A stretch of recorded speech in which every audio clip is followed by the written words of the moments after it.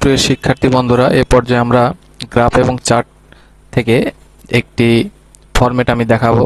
এই একটি ফরম্যাটে তোমরা যে কোনো ধরনের গ্রাফ এবং চার্ট কিন্তু লিখতে পারবে।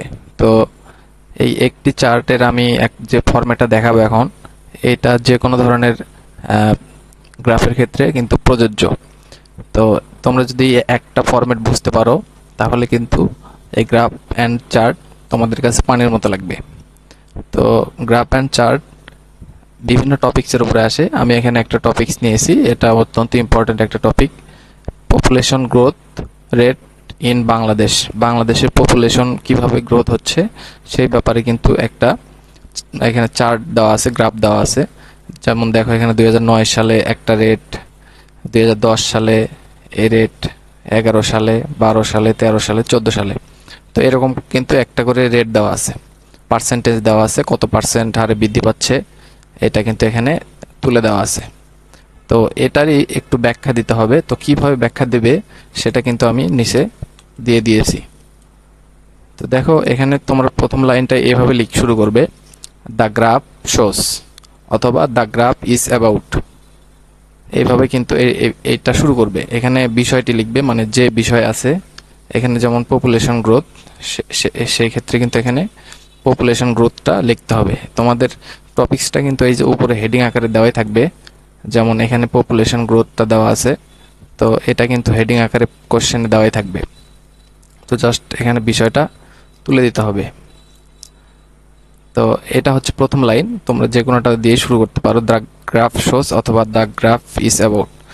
আচ্ছা, পরের লাইন হবে অ্যাকর্ডিং টু দ্য গ্রাফ অথবা diagram the lowest percentage of, এই বিষয়টি মানে পপুলেশন গ্রোথ যেহেতু এখানে আছে তাহলে এখানে ওই বিষয়টি হবে কোশ্চেনে যেটা থাকবে, was in the year of, তাহলে লোয়েস্ট পার্সেন্টেজ কত সালে ছিল এটা কিন্তু লিখতে হবে, এই সালটা এখানে দিতে হবে। অ্যান্ড ইট ওয়াজ পার্সেন্টেজ, এখানে কত পার্সেন্টেজ সেই পার্সেন্টেজটা উল্লেখ করতে হবে। On the other hand highest percentage, মানে সর্বোচ্চ পার্সেন্টেজ কত ছিল এই পপুলেশন গ্রোথের বিষয়, was in the year of এত সাল, মানে হাইয়েস্ট পার্সেন্টেজ কত ছিল এবং সেই পার্সেন্টেজটা কত এখানে সেটা তুলে দিতে হবে। ওকে, এখানে এটা হচ্ছে হাইয়েস্ট এবং লোয়েস্ট পার্সেন্টেজের আলোচনা গেল। তাহলে তারপরে এইভাবে শুরু করবে, ইট ফ্লাকচুয়েটেড, যদি বৃদ্ধি পায়, ফ্লাকচুয়েটেড, ইনক্রিজড অথবা ডিক্রিজড, অ্যারাউন্ড, যদি বৃদ্ধি পেয়ে থাকে তাহলে এখানে প্রথমে লিখতে হবে যেটা বৃদ্ধি পেয়েছে সেটা, তারপরে হলো যেটা ডিক্রিজ হয়েছে সেটা। ফ্রম দ্য ইয়ার, তাহলে কোন কোন সালে হ্রাস বৃদ্ধি ঘটেছে সেই দুইটা ইয়ার তুলে ধরতে হবে। ইন, এখানে সাল দিতে হবে, তারপর হচ্ছে বিষয় দিতে হবে, ইট ওয়াজ এত পার্সেন্ট। তো ইনের পরে যে সালটা হবে এই সালটা কোন সাল, এই সালটা হবে হচ্ছে প্রথম থেকে শুরু করবে, প্রথমে যে সালটা দেওয়া আছে, যেমন এখানে দেওয়া আছে 2009, তাহলে এখানে 2009 থেকে শুরু করতে হবে। তো বিষয়টি লিখলে ইট ওয়াজ, সে পার্সেন্টেজ 2009 কত পার্সেন্টেজ ছিল সেটা। ইন দ্য নেক্সট ইয়ার ইট ওয়াজ এত পার্সেন্ট, তার মানে 2009 এর পরে কত সাল সেটা দিতে হবে। তাহলে এই দুইটা দেওয়ার পরে ডিউরিং দিস পিরিয়ড, তাহলে এই দুইটা সালের এখন আলোচনা শুরু হবে। ইট ভ্যারিড ফ্রম এত পার্সেন্ট থেকে এত পার্সেন্ট, এই যে 2009 এবং 2010 এই দুইটা সালের যে এটা কত ভ্যারি করলো, কত থেকে কত গেল, এটা এখানে তুলে ধরতে হবে।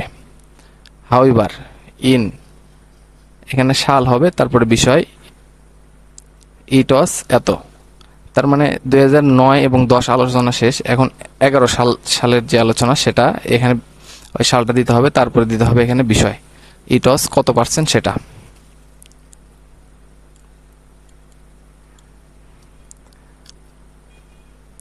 অ্যান্ড ইন সাল, তার মানে সাল আমাদের বাকি আছে কত, 2009, 2010, 2011, এটা শেষ, তাহলে এখানে 2013 হবে। 2013 বিষয়টি লিখতে হবে, ইট ওয়াজ কত পার্সেন্ট, সেখানে পার্সেন্টেজটা দিতে হবে। তো এইভাবে কিন্তু আলোচনাটা চলবে।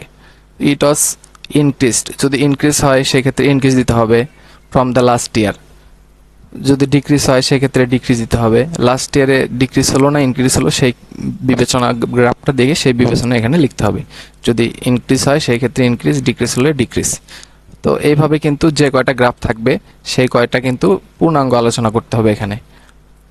তো এখানে 2014 সালে এটা কি হয়েছে সেটা কিন্তু লাস্ট ইয়ারে যদি ইনক্রিজ হয় তাহলে 14 সালে কত পার্সেন্টেজ সেটা কিন্তু লিখতে হবে।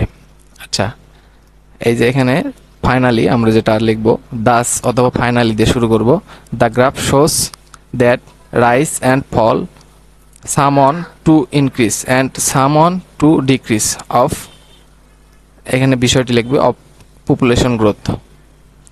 ওকে, এটা ছিল আমাদের হচ্ছে লাস্ট পিরিয়ডের কত পার্সেন্টেজ এবং এর আলোচনা। তো এইভাবে কিন্তু তোমরা লিখতে পারো। এইভাবে লিখলে তোমাদের আশা করা যায় 10-এ 10 পেয়ে যাবে। এখান থেকে এইটা তোমরা লিখে নিবে ভিডিওটা পজ করে। এই ফরম্যাটটা তোমরা কিন্তু একটু 2-3 বার পড়লে মনে থাকবে, তাহলে কিন্তু তোমরা পরীক্ষায় একটা ভালো নাম্বার পাবে। তো ধন্যবাদ সবাইকে, এবং আমাদের চ্যানেলটিতে সাবস্ক্রাইব করবে এবং লাইক কমেন্ট করবে।